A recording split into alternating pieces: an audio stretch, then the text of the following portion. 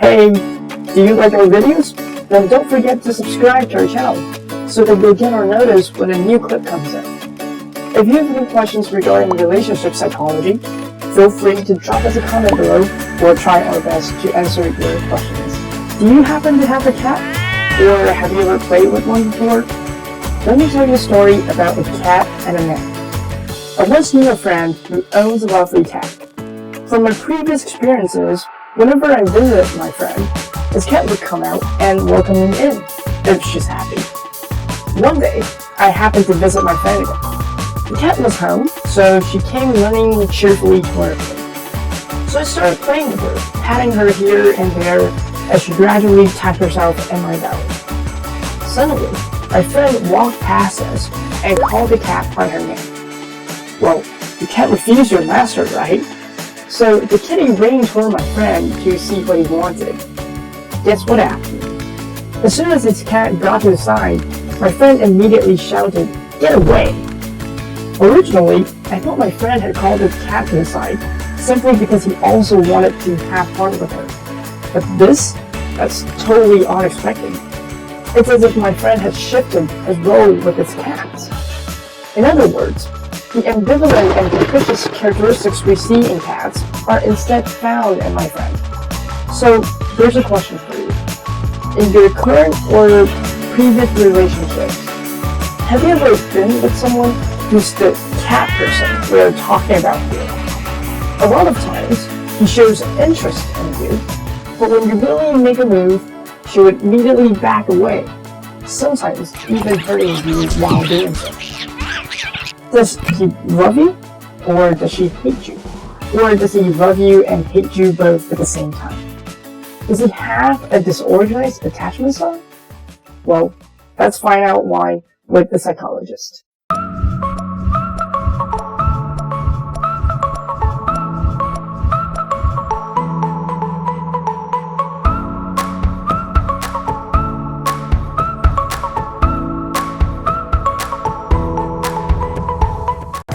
Hi everyone, I'm Chen. Welcome back to MACHIEN on interpersonal relationship psychology. Have you ever heard of borderline personality disorder? In clinical psychology, patients with borderline personality disorder are those who are emotionally unstable. Oftentimes, they will engage in aggressive and crazy acts that scare the hell out of people.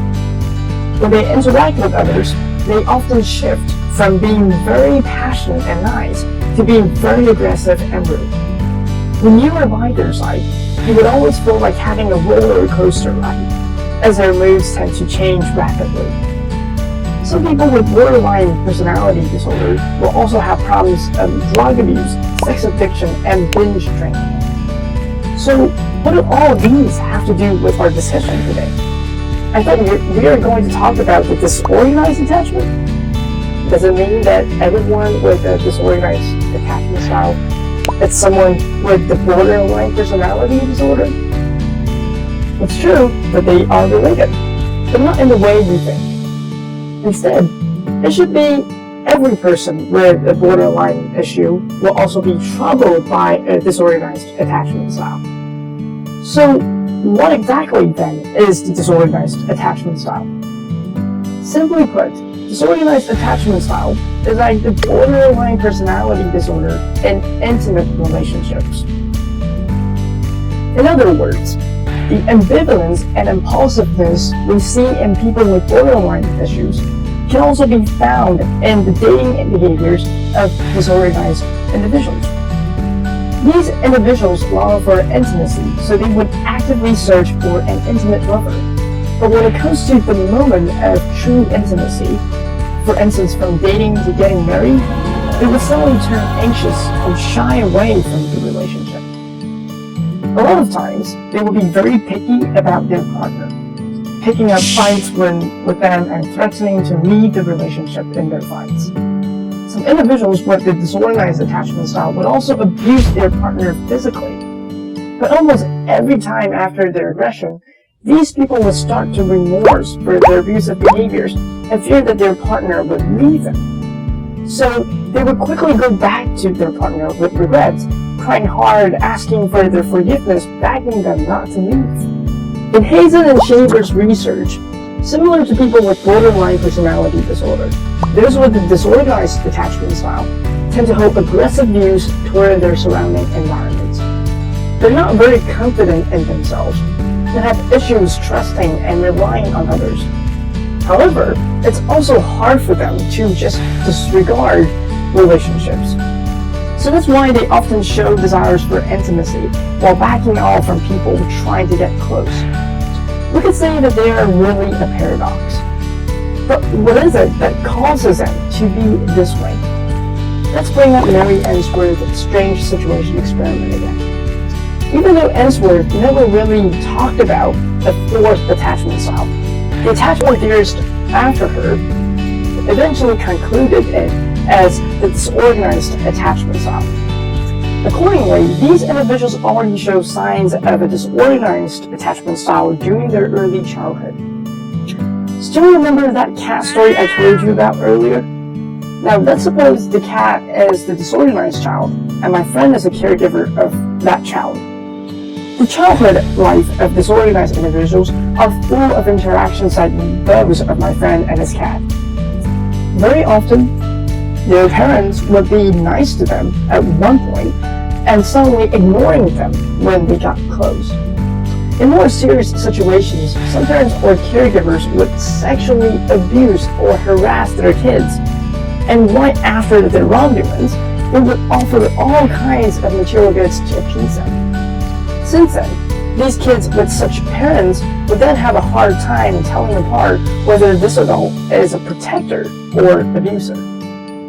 This is probably why in the strange situation experiments, attachment theorists found that disorganized children tend to run to their parents when they see them come back and suddenly pause right there as they got close to them, as if they're completely frozen.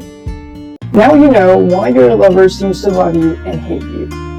The sad truth is, neither does he love you nor hate you, because she probably has a hard time telling apart what love is, when she doesn't even know how to love herself. He may also have difficulty knowing whether he really needs you as a lover or as a filler for his feelings of emptiness. She searched so hard trying to find a sense of security while never believing that there can be any. In most cases, I would tell you to hang on and wait patiently for your partner.